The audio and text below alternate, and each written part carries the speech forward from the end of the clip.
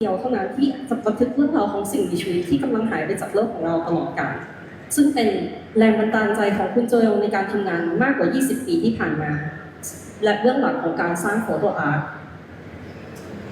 เมื่อบันทึกสิ่งมีชีวิตเหล่านี้และเพื่อรักษาพวกมันไว้พวกเราจะต้องลุกขึ้นมาร่วมกันเป็นพลังในการดูแลความหลากหลายทางชีวภาพและรักษาพื้นที่ของโลกของเราให้อยู่ร่วมกันได้อย่างแท้จริงในวันนี้นอกจากคุณโจเอลแล้วเรายังได้รับเกียรติจากคุณโคซาทอรีพันธรักษ์ของโครงการโฟโตอาร์ตซึ่งเป็นลูกชายของคุณโจเอลมาร่วมกันในวันนี้ด้วยนะคะ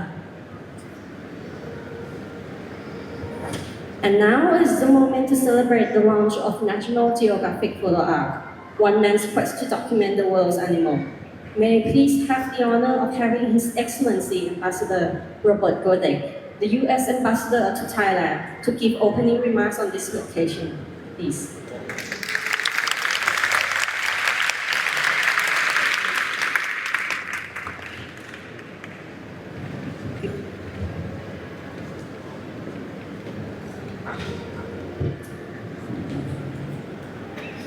สวัสดีครับ Good evening, and welcome to this truly extraordinary exhibition of stunning images, one man's quest to document the world's animals by renowned National Geographic photographer and explorer, Joel Sartre. Let me just say a very, very special welcome, first of all, to Joel. Thank you for coming. Great to have you here. I want to say a welcome to our Department of Interior Assistant Secretary Carmen Cantor for being here. Certainly the Royal Thai government representatives, there are a number here, but let me just mention Deputy Permanent Secretary Kun Cha Yat-Nam, Ministry of Natural Resources and the Environment. Of course, our many partners, Group CEO here, Siyam Piwat, thank you very much for being here and joining today. The United States and Thailand have enjoyed a long and warm friendship for more than 190 years. And our relations are a tapestry that we have been weaving over these nearly 2 centuries. A beautiful tapestry that is woven of many threads, threads that are government to government, business to business, and people to people. And this vibrant tapestry includes the amazing natural beauty and biodiversity with which Thailand is blessed. Now, environmental cooperation has long been and continues to be a cornerstone of our bilateral relations. Together, we have pursued initiatives from reducing air pollution to combating climate change, all aimed at preserving our natural heritage for future generations. And as part of our commitment to the environment, we are close allies in wildlife conservation. Agencies such as the U.S. Fish and Wildlife Service, the State Department, and the U.S. Agency for International Development work closely with their Thai counterparts to combat wildlife trafficking in Thailand and in neighboring countries. U.S. and Thai agencies have had notable successes collaborating in the past 2 years, including seizures of trafficked pangolin scales, arrests of trafficking rings, and the rescue of wildlife from illicit trade. This exhibition showcases the unparalleled beauty of our planet's wildlife and serves as a powerful reminder of our shared responsibility to protect it. This is never more urgent than right now, when our wildlife, we're losing it at a rate faster than at any time since the disappearance of the dinosaurs. Started by Joel in 2006, the National Geographic Photo Ark is dedicated to documenting every species living in the world's zoos, aquariums, and wildlife sanctuaries. And the project aims to inspire people to care for and protect these animals for future generations. Joel's mission is to photograph endangered species before it's too late. Because if we fail to act now, we will not have any wildlife. We are all linked together.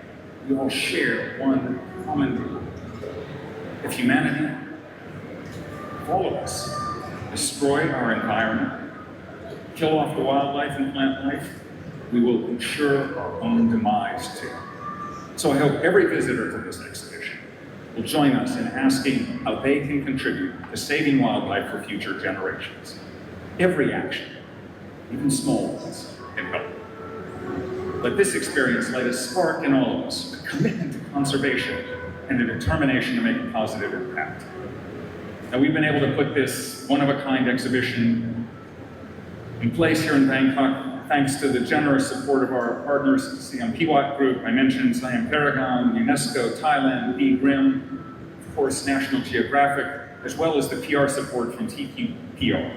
And I want to acknowledge the talent and creativity of Tom Potisit, Creative Director of the Bangkok Creative Studio, who led the incredible exhibition's design and installation. Thank you, Tom, for your vision.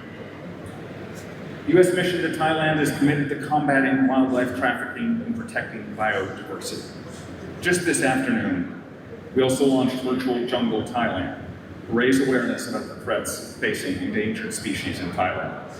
And this extraordinary augmented reality app lets you learn about and meet endangered species, such as tigers, hornbills, right on your phone. So please check it out at our U.S. Embassy Thailand website and social media platforms, or visit the hashtag Virtual Jungle Thailand. I also want to just pause for a second to say a special thanks to my ambassadorial colleagues who are here. A number of them joined as well, and I'm grateful because I know they all too are partners in this effort. So thank you all very much for being here. Through our collective action, we can ensure a future where wildlife thrives, biodiversity flourishes. When we save wildlife, we save ourselves. Together, we can make a difference. Together, we can make a better world for all of us and for the many species living with us. Roger or not, I do got up. Thank you very much. Thank you so much for the honor. And the following, please allow me to bring the photo ark curator, Kun Ko Satori, to the stage to deliver remarks on the presentation.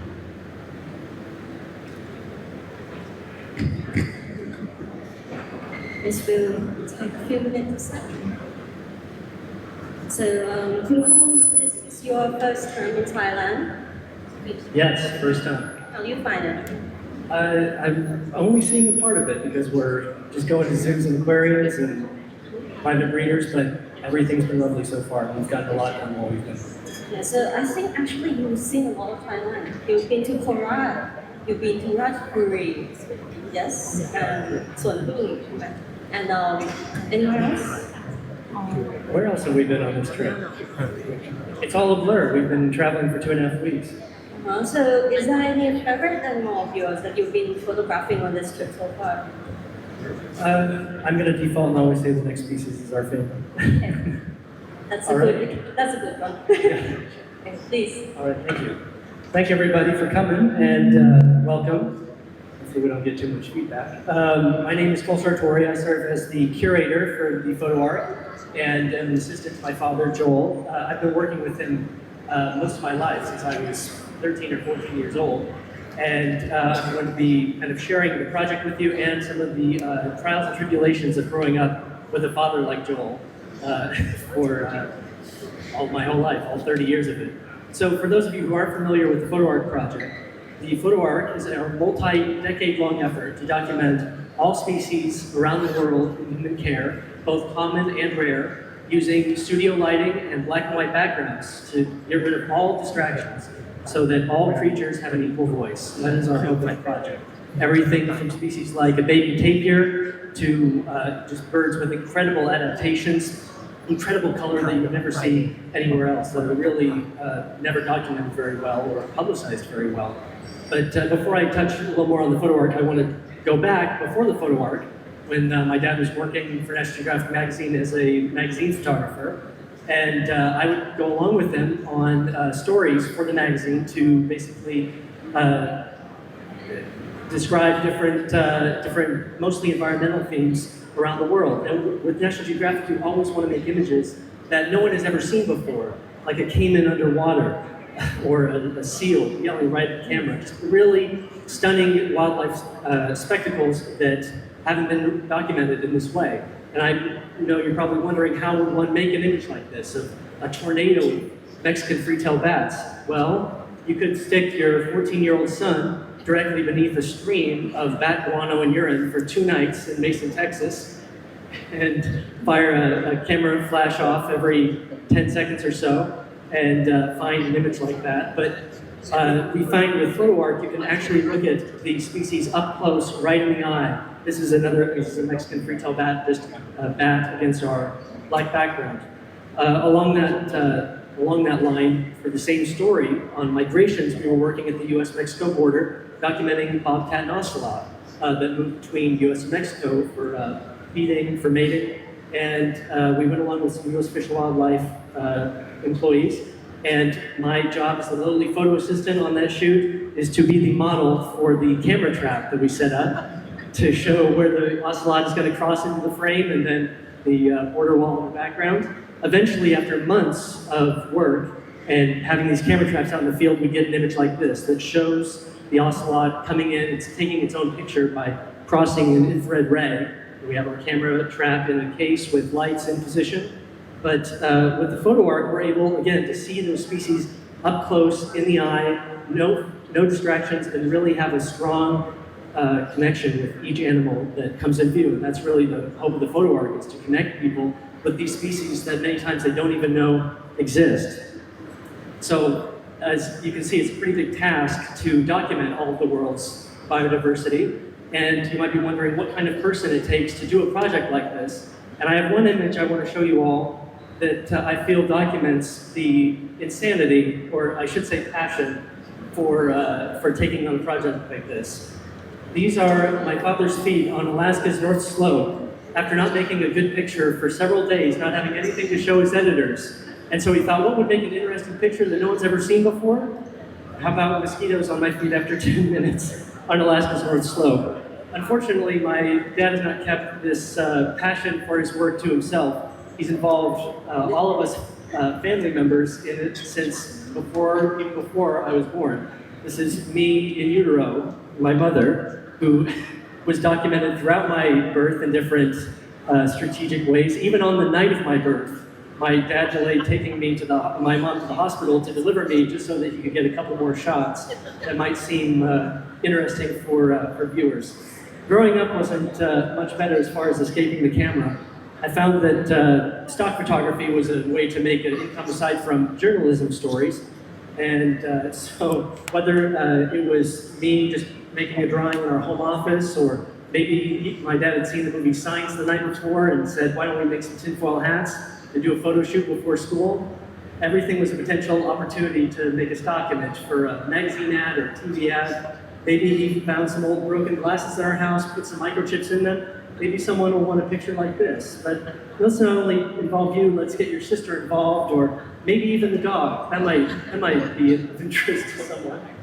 So, and unfortunately it wasn't even kept to our home life. Even when we would go out, everything was a photo opportunity, whether it was the neighborhood Easter egg hunt down the street where I would dress up as the Easter bunny in a large paper mache hat.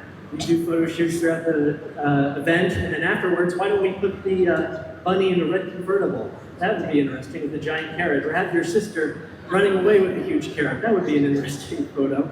It got so bad later, getting closer to high school, that when we had a huge snowstorm in Nebraska, which we do usually in December and January, where we get tons of snow, he insisted that we recreate the famous schoolhouse blizzard of 1885 in our backyard in period 1880s clothing. And I can tell you that my sister here is not faking her tears. Those are real. That was about the extent of our work doing stock photography in the family. But us Sartori kids also found that the camera could be used as a great punishment tool. When the camera comes out, you really don't want to be crying. So whether it was me or my sister or even my younger brother, who I think you'll see in my dad's presentation here shortly, it really was a way to discipline us kids when we were growing up. That being said, it wasn't all terrible. Working with my dad and also getting involved with the Photo Ark has been an incredible experience, a really incredible learning experience. This is a view of what our standard amount of gear looks like that we bring around the world with us. And as part of this process, we usually set up our backgrounds in an enclosure, place our lights. Here I am testing some of the lights. Sometimes it's not the most comfortable position. This is actually at the Singapore Zoo, getting ready to photograph a primate that was a little grabby that I had to keep a distance from. Many of the species are small enough that we can photograph them here in this small studio tent that really softens the light. We have a black and white background in each, and then we do stills, and sometimes we'll roll video as well. The animal has a lot of interesting patterns or adaptations, or is very rare. This actually was just photographed earlier this trip. This is doing a black-shanked Duke Langer in Vietnam just 2 weeks ago. So one of the great things about photographing all these species on these backgrounds is that it really is a great equalizer. Every species kind of gets the same voice, gets the same power. So whether it's a small group of trump toolfish that are the size of my pinky, all the way up to an elephant, they all have an equal voice, they all have an equal share in this project. One of the heavier things that we've come across, but that really kind of weigh on us about the importance of the project, is that so many of the species we photographed are really in trouble, especially amphibians, due in part to the rise of putrid fungus around the world, but even big species are having trouble, such as the northern white rhino. This was photographed at the Vrtlave Zoo in the Czech Republic about a decade ago. You'll see a photo of her downstairs. At the time, I believe there were 5 northern white rhinos left, and now there's just 2 independent in Kenya. And as I mentioned, so many species have really limited time, so we feel it's of great importance to document them and have a uniform record of everything while we have them. In the time that this project has been running, over the past 18 years, a number of these species, including the ones you're seeing now, have all gone extinct. And it's not just insects, it's even mammals, such as the Colombian basin pygmy rabbit. One species comes to mind that was really a bellwether for the extinction crisis, and that is Tuffy, the very last Arab's fringe-limbed tree frog.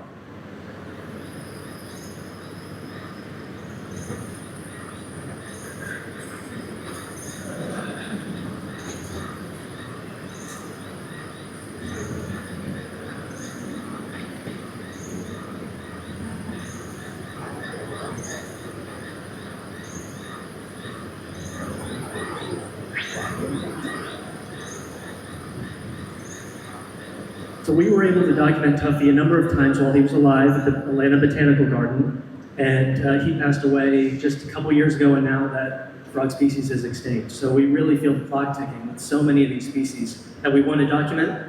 But on the flip side of things, there are so many species that give us hope for biodiversity and for the future of life on Earth, because so many people have acted and made a positive impact in the world. There are species that got down to fewer than 24 individuals, and now they're back up to into the hundreds and even thousands. These species include animals like the Florida panther and the California condor, both of which were in real bad trouble but have seen steady numbers because people decided to do something and make a positive change in the world.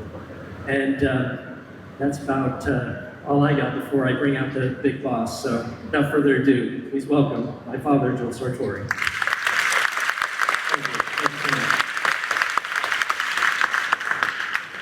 Thanks, Cole. Nice job. What should I talk about? Hi, everybody.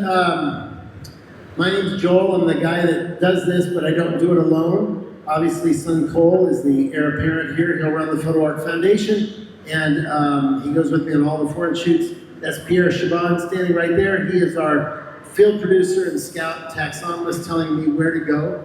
But we'll back up a little bit. I got my start. I get asked this all the time. How do you get started with National Geographic? Actually, the one question I get more than any other is, have you ever come close to getting killed on assignment? One lady asked me if I ever had been killed yet on assignment. Well, not yet. But you know what? If you stick a flash and camera in a bull bison's face, he's going to pin you underneath the truck you're nearest to for an hour, and that's where you're going to stay, underneath that truck. I started and I got my job with National Geographic, I guess the hard way in a way. I just took pictures of things I thought were weird or interesting or funny, and then begged National Geographic over and over and over again to hire me. I was a newspaper photographer first, for about 6 years, and just did weird pictures, things that I thought were goofy or different, like a guy dusting the stuffed sheep in the back of a sporting goods store in Nebraska. Bad dogs make good pictures. The worse the dog, the better I like it. Cole mentioned his little brother, who was more of a professional fit thrower. You know, I'd get the camera out. He was the only one of the three that wouldn't stop crying. He'd just get worse. He'd throw fits at the breakfast table, or maybe he'd crawl underneath a table when we were on vacation and scream into the filthy floor of a cafe along historic Route 66. He didn't care, and his mother didn't even hear him after a while. Easter Sunday, religious holidays, he could ruin those too. But what's nice is he's the youngest child still living at home, and so I'm getting even with him. He has to carry all my gear into the truck and out of the truck and back into the truck, right? 2 years ago, I took him with me all over Europe on the shoot, just to see how he'd like it. This is day 2. I call this one Flat Spencer. Flat. So I got started in National Geographic as a field photographer, where I would go into the field, none of this photo ark stuff. I'd go into the field and I would do pictures on things like grizzly bears, let's say, right? So what do you do when the assignment, the people at National Geographic say to you, go and do grizzly bears, you got 8 weeks. Get it done over the course of the next year. What do you do? Well, for me, this is day 3 of the assignment, and those are my boots up the tree right there. Boots are a little wet on the top, but we won't talk about that. And no, I wasn't crying. It was the fact that these are trained bears, and they're a little bit of a trick. These are for the movies. They train bears to fake maul and fake roar. Because that's all we expect out of bears. We don't expect anything else. We just expect bears to be big brutes. But they're a lot more complicated than that. They're keystone species in their environment, and they're in trouble too. They need big room to roam. But at the bear training camps in the Hollywood area in Los Angeles, pictures are easy, right? They train bears to ride around and pick up trucks and hang out with campers. When I finally went into the field, I went out basically with a guide to a place where the bears catch fish at the top of a waterfall, a place called Brooks Falls in Alaska, home to the bear paparazzi.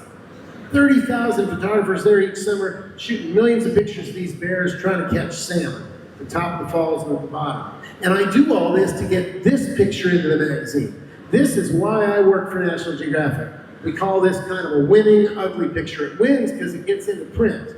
But you know what? It ain't pretty. But it's what I care about. Issue pictures. We can't have a whole story full of them. It would turn people off. But a fed bear is a dead bear, and boy, do bears love us. They love getting into our garbage, eating all that excess food. And they get shot, and they get turned into rugs in the state of Alaska surplus sale twice a year. And that's the story of bears in a nutshell. Well, I did a lot of stories, 17 years, and 35 stories all over the world, all in the wild, and then everything stopped. On that story where Cole showed you my feet covered with mosquitoes, my wife got sick as a dog with advanced breast cancer. We had 3 little kids at home. The youngest one, Spencer, was in diapers still, and I'd never changed a diaper on the kid, didn't even know him. I was gone, chasing one hot story after the next. So she was so sick some days she couldn't watch TV or talk. And I got 3 little kids. I don't know how to cook. I don't know how we're going to make our house payments because I was a day rate shooter. It was a long year, limited time that the kids be around because they're tired or out. And it gave me a break, and it gave me time to think about the shortness of life. And all of us, no matter how hard we don't want to believe it, we last just about as long as a snowflake in Nebraska on a warm spring day. We do not last very long. And it gave me the opportunity to stop and think about what we're doing with our lives. I was 42 years old at the time. And one thing I knew, covering story after story for National Geographic, is that extinction and the photographic record, they don't go along very well. There's very little documentation of what we've lost, and it's so important. You're looking at the very best pictures of all these animals. That is a shame, just a shame, and that's how the photo ark got started. When Kathy got better, and she did, it's been almost 20 years, and she's perfectly healthy right now. When she got better, she said, go ahead, but limit it to 24 days door to door, no more of these month-long trips. This is why I do what we do. This is the problem. This is a graph that is now several years old. This graph represents the mammal biomass on the state of the planet. Terrestrial mammals, livestock in yellow, that's what we eat. Goats, hogs, pigs, cows. In pink, that's us. And that little green strip there, that's all the wild mammals that still exist. And that little sliver gets smaller every year. And that sliver contains every African animal your parents ever read to you about at story time. Every lion, giraffe, and zebra, and sloth, every animal you've ever imagined in your dreams as a child and as an adult, contained in that little sliver. And so what's a photographer to do? Well, you do portraits of animals on black and white backgrounds that involve eye contact, because guess what? We're primates, and eye contact is what we live for. We look each other in the eye to determine whether or not we like each other, whether we love each other, whether we're angry with each other, whether we're scared or surprised, whether our intentions are cruel or malicious. Eye contact, that's the secret sauce for the photo art. And no distractions. As Cole mentioned, every animal is the same size, same voice on these backgrounds.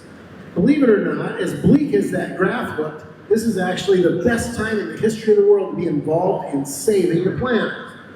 Sure, there's a lot more species to save, but social media and the World Wide Web, we don't just want to rat out bad people. We don't. We're not a political project, but we want to celebrate good things happening. So that's really the whole deal. Through photos and video, we like to showcase animals to get people to fall in love, to tell the whole world about the great work that's being done at Karatsu or Kalkio or Rabbit in the Moon Foundation, the places we've just visited. The Bangkok snake farm this morning, in fact, where we got 6 species of snakes, some highly venomous. But we can read people's minds now thanks to social media. We know that they think penguins are weird and so are tarsiers, but those big eyes, that's what we want. We primates love big eyes. And if the animal can stand up on 2 feet, giddy up. We like that even more. So we play to those emotions. We want these animals to emote and look like us. We want to anthropomorphize. We want to dazzle and amaze and show people that there is so much out there that's still worth saving. There is time, by the way. There is time. Less all the time. But when you look at these animals, you think, is there time? Well, sure. That's the whole goal of photo art, to get people to care and get them enthralled and get them to fall in love and get people inspired to finally do something. What is the trick going to be that saves the planet and ourselves? The trick is going to be saving big blocks of habitat. Parts of the ocean that we don't strain of all the fish. Parts of the land that we don't cut down all the trees. Equatorial forests, for example, need to remain standing. Grasslands need to be kept. Mountaintops. And certainly the climate cannot get any hotter, or much of this will be lost. People ask me, well, do the animals like it? Well, most of these animals are born and raised in human care. This animal's helping me edit himself on my computer, watching himself on my computer. Some of the animals are more shy than others, right? These mice were plotting their escape from my shooting tent. I did come across a hornbill the other day that was kind of aggressive, but none so aggressive as this one. I thought you guys would get a kick out of this. Ready?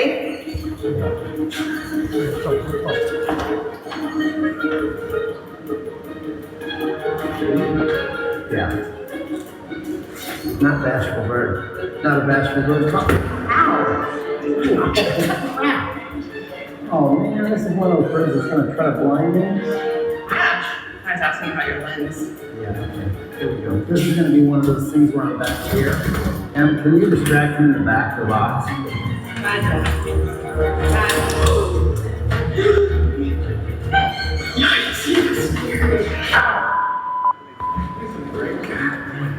Man, can he bite?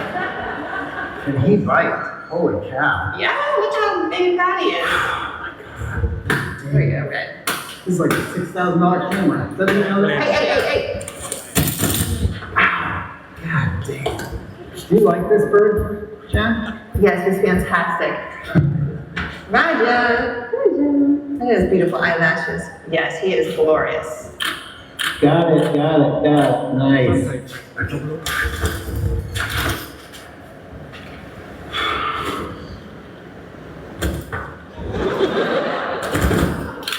All right, done.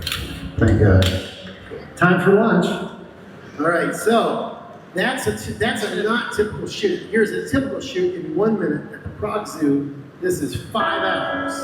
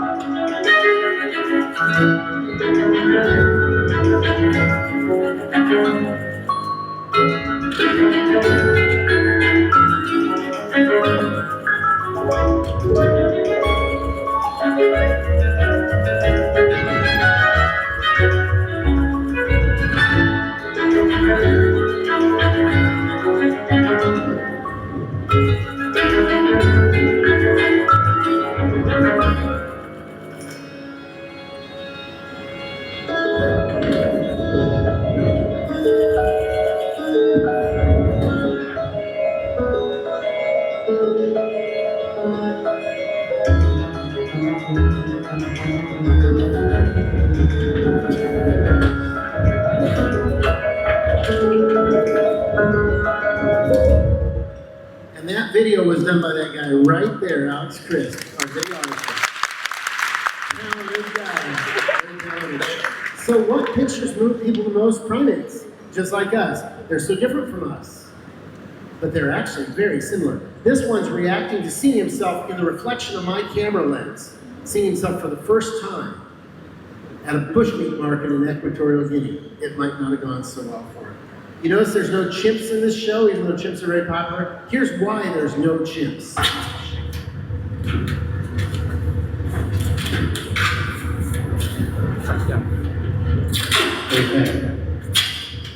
Pretty good. All you can do is hope.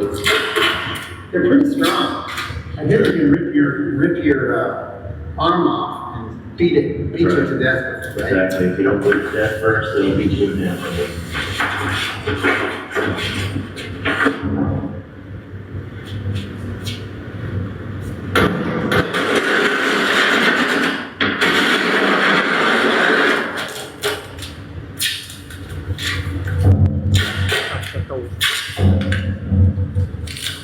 So now, doesn't this look nice? Doesn't this look nice? Perfect. It's perfect for chimps. How long will that last? 60 seconds?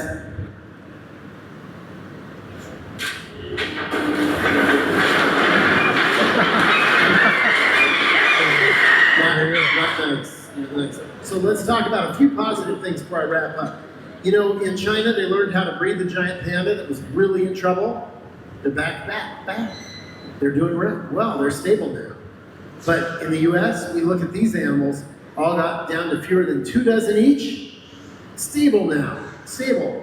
Why? Because people cared. People cared. Wow. So what in Thailand did I see that impressed me the most? The way that people cared that are stewards of wildlife. Just the other day. These are all your animals. The Banteng. We went to Karat Zoo. We went to Kalkio Zoo. We went to Chanat Bird Park 2 days ago. Amazing, these treasures that come right out of your forest. They glow like gems. This is your natural heritage. All of these animals. You should treasure them like nobody's business. Every single one, even the venomous snakes. Each is a work of art. We stand guard over works of art after all in museums, don't we? But we'll throw these away to extinction? Is that the best we can do? We're just going to focus in on celebrities and sports and politics till the world is so hot and miserable that it's all gone? Is that really what we're capable of? Is that the best we can do? I don't think so. And you guys here tonight, you're all of the same mindset. I know you are. But what to do? What to do? Truly, we have to save vast tracts of habitat, that's for sure. But join up with groups that are already doing things that you care about deeply. Join them, help them, devote your time to them. That's a big deal, a huge deal. The tiger and the tiger mom, they're all equally beautiful. By the way, National Geographic grant funds us, so we're able to go everywhere we want and give the pictures away. Each group we work at, we give the work away for anti-poaching campaigns, zoo admission tickets, the sides of buildings. Pictures can get projected in Times Square. They're on US postage stamps. They're on the covers of National Geographic. They're projected on buildings all over the world, including the Empire State Building, the UN building. The COP conferences usually have projections. The side of the Vatican, the Pope gave Luis Hoyos clearance for a film he was doing. We put him up on the side of the Vatican and he sat right there and watched it. But here's the essence of the entire talk, guys. Here's the last thing. What are you going to do about this? What will you do? Do you care? I know you do. I know you've not just come to get a peppy talk. You want to know what you can do to turn things around, right? Of course you do. I do too. So what is it? Pick something you love that will make the world better. It doesn't need to be wildlife even. It can be food insecurity, hunger, homelessness. It can be single-use plastics. It can be carbon emissions. It can be anything that you love that you think would make the world better, and then start to do something on it. Just work at something every week. Make it your hobby. I don't care. Do something that makes the world a better place. I'm trying to do that to my dying day.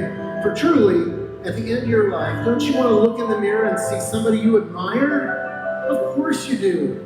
There's a million things, starting with whatever your imagination can dream up. So join me, huh? Let's get to work. Thank you all.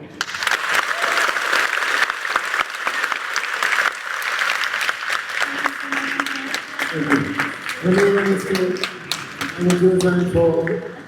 I won't remember Actually, this. the spunky guy, the hornbill, we have The that spunky species. guy, Yeah. yes.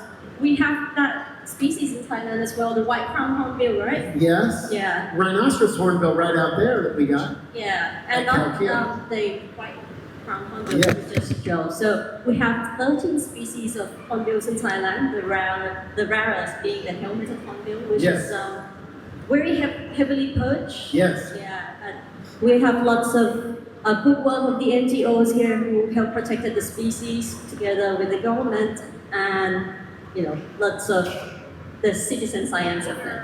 Okay, may I please next allow me to welcome His Excellency Ambassador Robert Godek, the UN Ambassador to Thailand, and all the partners on stage to take a picture together with Kun Joe. I need this anymore.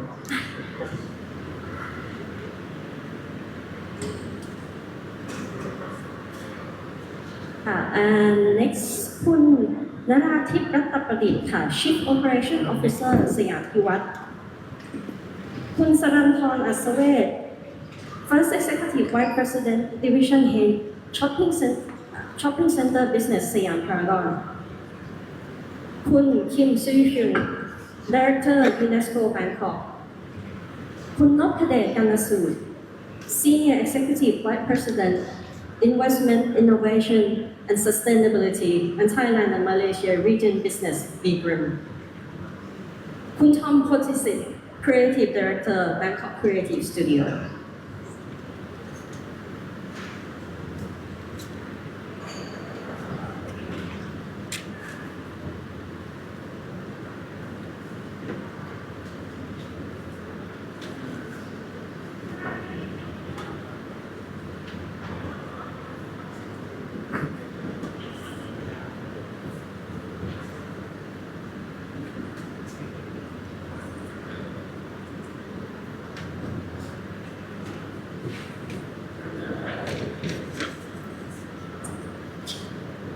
You want to take a selfie?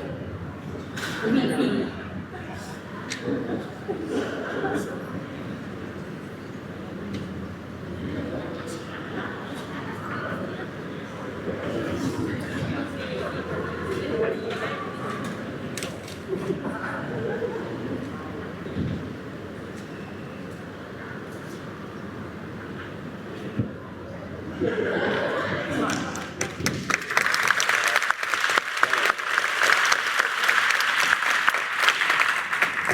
Thank you so much. And now I would like all these special guests to the exhibition on the third floor with Mr. Joel, so to experience them with an exclusive press tour. Or all the guests can also join them, and maybe, or if you don't want to, you can enjoy your time here with the food and drinks that we have here. And so again, for everyone's safety, we ask you not to take the dishes and the glasses from the venue. And I hope that all of you have a wonderful time with the National Geographic Photo Ark, one man's quest to document the world's animal exhibition. And I thank you for the opportunity to participate in this endeavor. Finally, the U.S. Mission Thailand thanks our partners, Siyam Piwat Group, Siyam Paragon, Vigrim, the UNESCO Regional Office in Bangkok, for their support of this exhibition. The Photo Ark is organized and supported by the National Geographic Society. We have reached the end of this wonderful night, and on the behalf of all the staff, I would like to thank all the guests for attending this ceremony. And it's been a delightful day with all of you, and I'm presently signing off. Please enjoy the remainder of your evening. Thank you. ขอบคุณค่ะ คือเขาบอกว่า